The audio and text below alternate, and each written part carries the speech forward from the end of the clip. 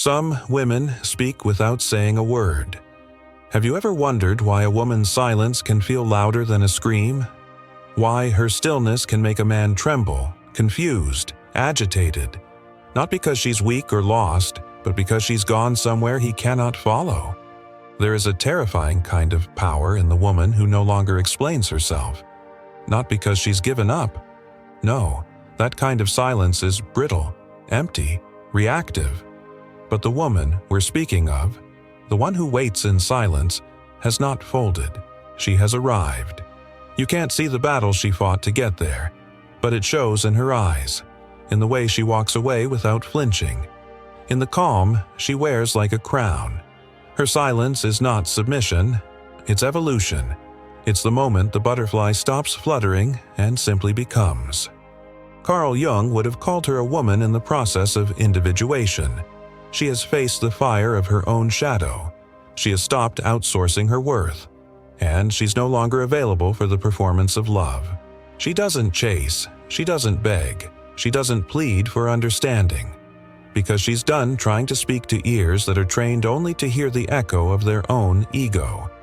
You see, for much of her life, she may have been the caretaker of wounded men, the mirror for their potential, the mother, the lover, the therapist in disguise, and like so many women, she confused being needed with being loved. But now she has remembered herself, and when a woman remembers herself, the whole axis of the relationship shifts. The silence of such a woman is not passive, it is tectonic. She no longer reacts because she's no longer entangled.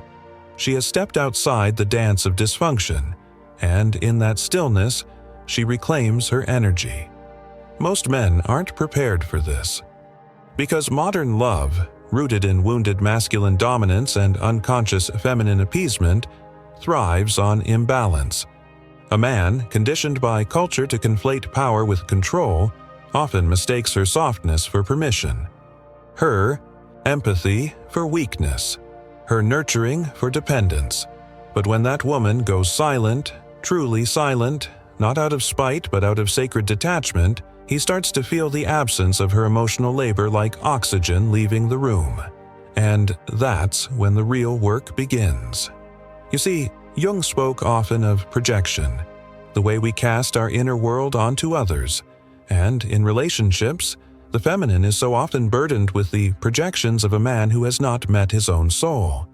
He projects the mother he resented, the lover he idealized, the savior he secretly seeks. But when she withdraws, when she no longer plays the role he unconsciously assigned her, he is forced to face the emptiness within himself. No one is there to soften his edges. No one is there to carry his unresolved boyhood wounds. She becomes, in her silence, a mirror he can no longer distort. Have you ever been that woman? The one who sat in the storm of someone else's chaos, thinking if you just loved harder, softened more, gave a little extra grace, you'd be enough to heal it. But healing was never yours to do. That was the lie. The truth? Your silence is the healing. Not for him, but for you. Because only in the quiet can you hear your own voice again. Only in the stillness can you untangle the threads of trauma from the fabric of your identity. Only when you stop filling the space between you with noise, justification, emotional rescue, can you begin to see what was never real love, but trauma in disguise. And here's the thing most never understand. The feminine does not lose power in silence. It gathers it. In a world that tells women to shout to be heard, to perform to be loved, to explain in order to justify their boundaries, the woman who chooses stillness becomes dangerous. Not because she is cruel, but because she is no longer controlled. And that is the most radical form of freedom, to no longer seek approval, to no longer argue with projections, to no longer confuse suffering with devotion. She doesn't close the door loudly. She doesn't make a scene. She just disappears from the energetic game, and in doing so, rewrites the rules. He may call her cold, detached, difficult, But what he really means is, she's no longer emotionally available for my unresolved pain. She has stopped offering explanations to those committed to misunderstanding her. And in the silence that follows, she is not empty. She is full of herself, perhaps for the first time. She waits, not for him, but for truth, for clarity, for the man who can meet her, not with dominance or need, but with soul. This kind of woman, rooted, unmoved, listening not to noise but to knowing, is not playing the same game anymore. And that, to the unconscious man, is terrifying, because for the first time, he must confront his own emptiness without her scaffolding his sense of self. In Jungian psychology, we learn that the feminine represents not only the nurturer, but the gateway to the unconscious. She is the moon, the mystery, the depth, the anima. And when she stops reflecting a man's idealized version of himself, when she becomes sovereign, she forces him to either evolve or retreat into his shadow. That's the true power of a woman who waits in silence. Her stillness is not waiting in weakness. It is the sacred pause, the recalibration of energy, the preparation of something higher. She is not waiting for someone. She is waiting with herself until the illusions fall away, and only what is real can remain. Some will misunderstand this. They will say she's being manipulative, playing games, withholding. But this isn't silence as punishment. This is silence as preservation, the refusal to explain one more time, the decision to stop leaking power through emotional overfunctioning. You see, when a woman keeps offering herself in pieces to someone who only knows how to consume, not connect, she is slowly burying her own essence beneath the rubble of unmet needs. But silence. Silence is resurrection. It is not passive. It is deeply active. It's the moment the caterpillar dissolves inside the cocoon, not dead, not asleep, but in radical transformation. And from the outside, that looks like nothing. Stillness, inactivity. But inside, entire worlds are being rebuilt. She is no longer asking, will he choose me? She is asking, do I choose this? That is the sacred pivot. That is the turn from performance to presence. The woman who once filled every gap with reassurance now fills it with breath. The woman who once explained every boundary now simply lives it, because silence has become her language of truth. And in that stillness, she is not alone. She is accompanied by all the women before her who broke the generational pattern, who said no more to being the emotional sponge, the therapist in disguise, the endlessly forgiving ghost of herself. The world does not yet know what to do with a woman like this. A woman who doesn't chase, but also doesn't close. A woman who loves deeply, but not desperately. A woman who can walk away, not with bitterness, but with clarity. And when she does, something shifts. He feels the absence, not just of her body, but of her emotional investment. The energetic umbilical cord is cut, and what he once mistook as his own strength is revealed to be scaffolding she quietly held up for years. This is where most men reach their crossroad. They can either descend into anger, blame, avoidance, or step into their own shadow. That means confronting the boy within, the one who seeks mothering, not partnership, the one who fears rejection so deeply he sabotages connection, the one who confuses control with safety. If he's brave, he won't see her silence as punishment. He will see it as the call, the invitation, the challenge to rise, because only a man who has faced his own chaos can stand beside a woman who has tamed hers, and only then, when both have made the descent, through silence, solitude, shadow, can they meet as equals. Not in a love story, built on need, but in a union built on consciousness. But make no mistake, she is not waiting for him. She is waiting for truth, for peace, for alignment with her own soul. The silence of such a woman is a gate. It's narrow, exacting. and not everyone will walk through it. And that's precisely the point, because what she's building now, quietly, tenderly, fiercely, is not for the many. It's for the rare. In that sacred silence, she begins to remember the language of her own body, the rhythms that had been drowned beneath the noise of other people's needs. The pulse of her intuition, once dismissed as irrational, now becomes the guiding compass. She no longer rushes, she no longer explains, because for the first time, her value is no longer tethered to being understood. This is not the silence of absence. It is the silence of presence. She is fully here now, but only for what aligns with her. Her yes is earned, not extracted.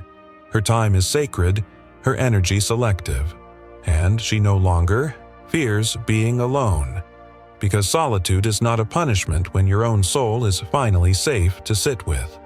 The old version of her might have feared abandonment, might have panicked at the sound of footsteps fading, but now she knows. It's not abandonment if what's leaving is misalignment. She used to call it love, what was really codependence. She used to call it patience, what was really self-erasure. She used to call it loyalty, what was really fear of being alone. But now she calls it what it is, and she lets it go without apology. You see, silence has refined her perception. It has sharpened her discernment. She no longer listens to words. She listens to energy, to patterns, to presence. She doesn't need declarations. She watches what stays consistent when the applause fades, when there is no performance to maintain, because a man's true character is never revealed in pursuit. It is revealed in presence, in responsibility, in what he tends to when the thrill of the chase is over. And the woman who has waited in silence, who has rebuilt herself not through validation, but through vision, will never again mistake noise for love.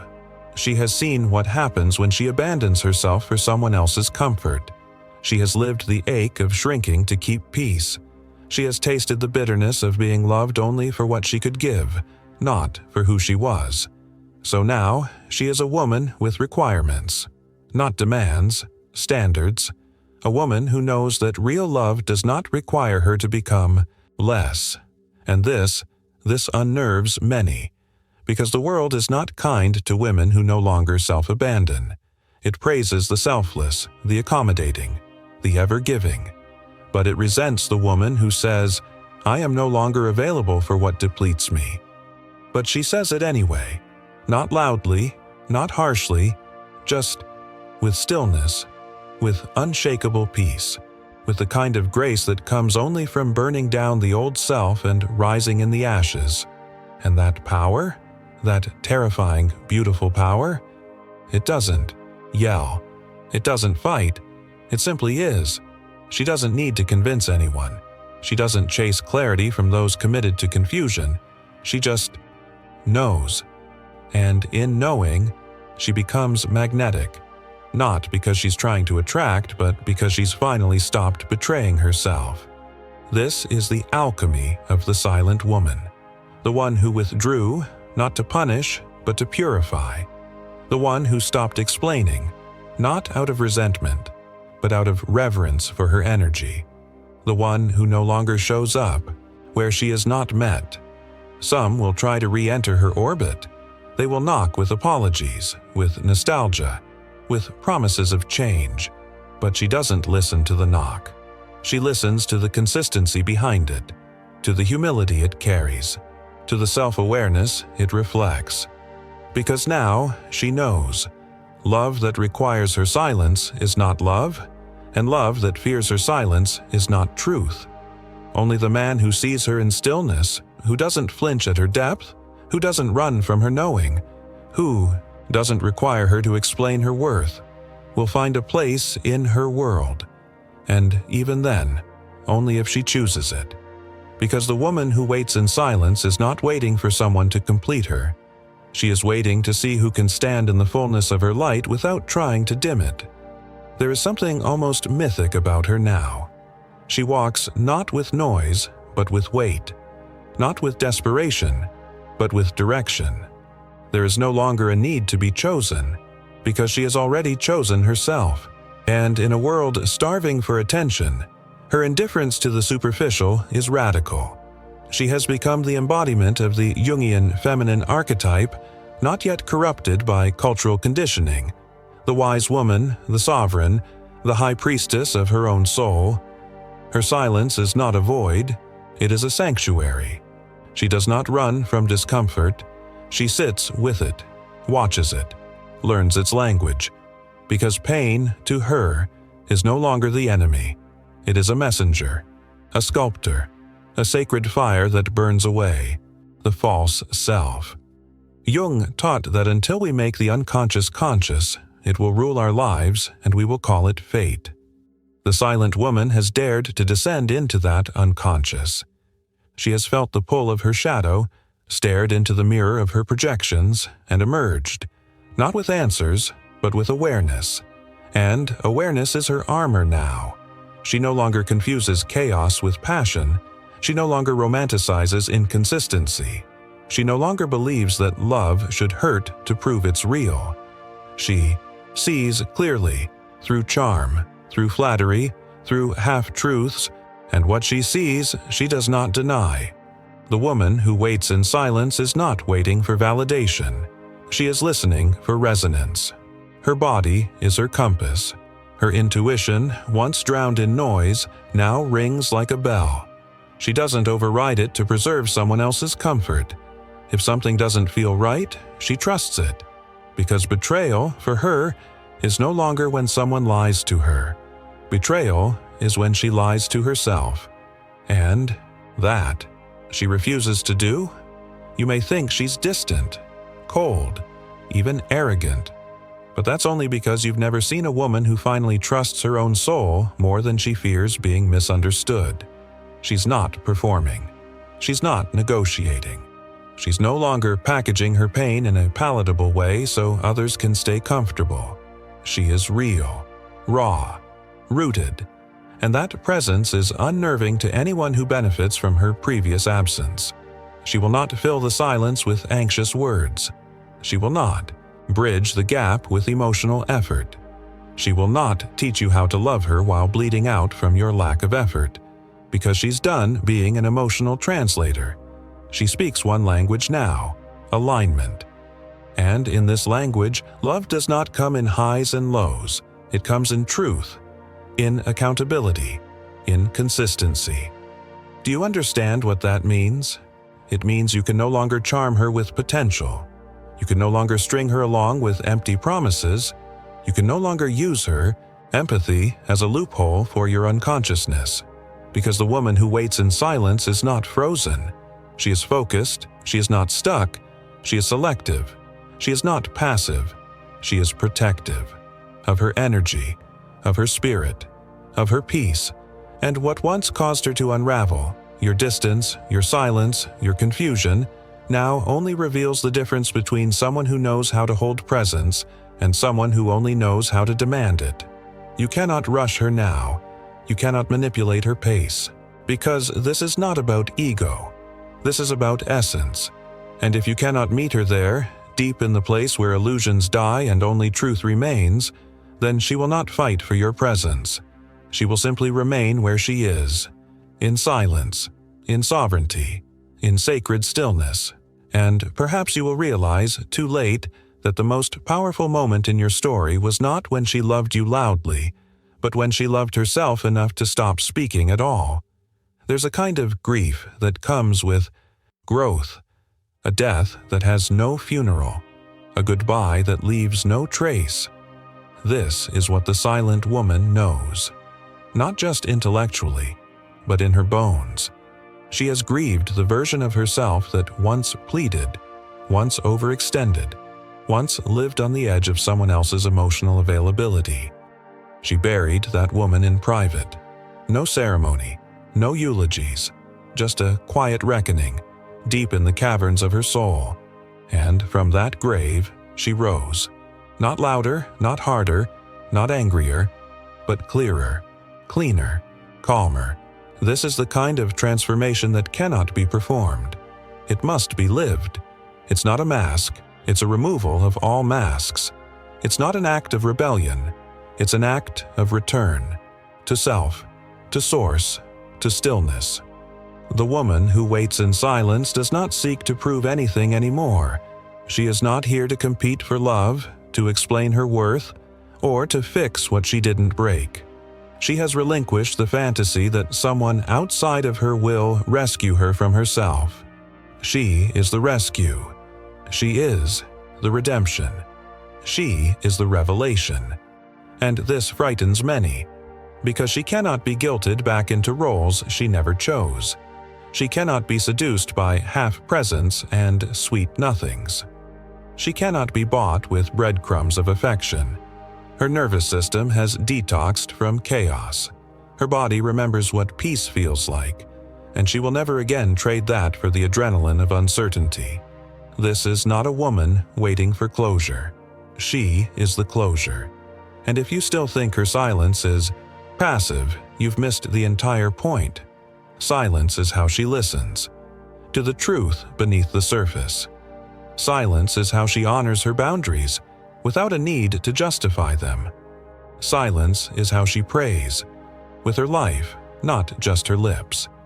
She is not demanding love. She is becoming it. And anything that cannot meet her there is met with silence, not to punish, but to protect. She does not hate you. She simply loves herself more than the illusion of almost. She does not resent you.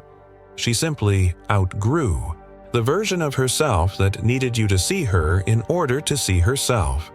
This is shadow work at its peak. Not revenge, not rage, but release. She carries no need to be remembered fondly. She carries no fantasy of being missed, because her liberation was never about what you would think or feel in her absence. It was about who she would become in her own presence. There's no going back for her now. The path behind her is burned, not out of spite, but out of sacred necessity. You cannot unsee the truth once it arrives. You cannot unfeel peace once it lives in your bones. You cannot unknow your worth once it's no longer tied to someone else's recognition. And she knows. She knows the silence is not empty. She knows the stillness is not stagnation. She knows that real connection does not require performance, and that real love never asks her to sacrifice herself at the altar of someone else's comfort. So she waits, not for a text, not for a call, not for an apology. She waits for nothing, but truth. And if it never comes, she is still whole, still radiant, still rising. She has become the mountain, not to be conquered, not to be scaled, but to be respected.